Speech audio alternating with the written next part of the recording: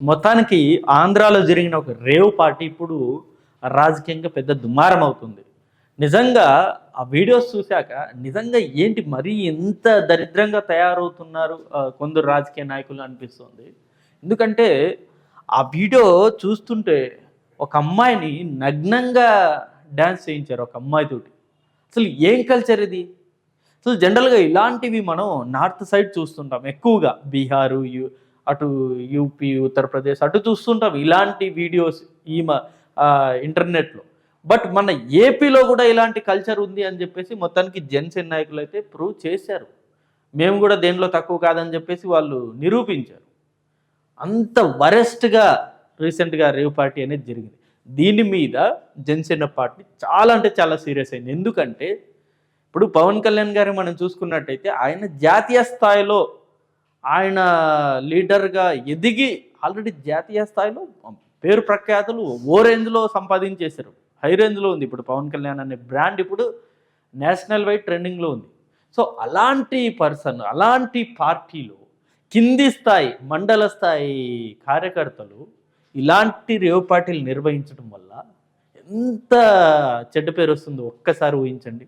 So దీని మీదే మొత్తం జనసేన పార్టీ పవన్ కళ్యాణ్ గారు ఫుల్ సీరియస్ అయ్యారు. దానికి సంబంధించి ఎవరైతే కీలకమైన వ్యక్తులు ఉన్నారో వాళ్ళందరినీ కూడా పార్టీ నుండి సస్పెండ్ చేశారు. ఇలా సస్పెండ్ చేయడమే కాదు, అంటే జనరల్ ఇలాంటివి జరగడం అంటే ఏదో డ్యాన్స్ చేయించడం అంటే అది వేరు. జనరల్‌గా బర్త్‌డే పార్టీస్‌లో డ్యాన్స్‌లు అనేది కామన్.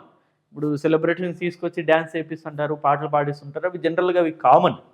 బట్ ఒక అమ్మాయిని బట్టలు లేకుండా నగ్నంగా డ్యాన్స్ చేపించడం అంటే ఎంత వరెస్ట్ కల్చర్ ఇది. జనరల్‌గా ప్రస్తుతం కూటమి గవర్నమెంట్ మీద అనేక ఆరోపణలు లా అండ్ ఆర్డర్ విషయంలో చాలా ఫెయిల్యూర్ అవుతున్నారని చెప్పేసి ఇప్పటికీ స్టిల్ కేవలం ప్రతిపక్షాలే కాదు, ఈవెన్ ప్రజలు కూడా భావిస్తున్న తరుణం ఇప్పుడు ప్రస్తుతం.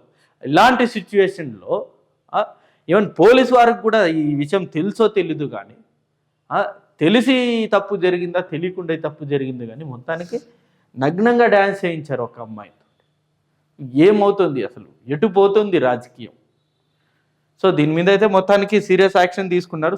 సీరియస్ యాక్షన్ తీసుకోవడమే కాదు, ఎవరైతే ఈ కారకులు ఉన్నారో, ఎవరైతే ఆ రేవ్ పార్టీ నిర్వహించారో, పాల్గొన్నారో వాళ్ళందరి మీద కూడా ఇప్పుడు కేసు అనేది ఫైల్ అయింది. కేసు ఫైల్ అయ్యి ఇప్పుడు ఆల్రెడీ వాళ్ళు జైలుకి వెళ్ళడం ఇవన్నీ జరిగిపోతాయి. బట్ ఇవి కేవలం పార్టీ నుండి సస్పెండ్ చేయడం, కేసు ఫైల్ చేయడం ఇది ఒక్కటే కాదు. ఇలాంటి వాటికి ఏది ఫుల్ స్టాప్ పెట్టాల్సిన మార్గాలు ఎన్నో ఉన్నాయి.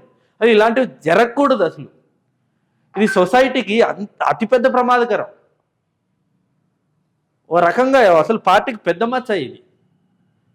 జనసేన పార్టీ వాళ్ళు ఇలా చేశారంట అని చెప్పేసి వైసీపీ వాళ్ళు ఇప్పుడు ఎన్ని కామెంట్స్ పెడుతున్నారు.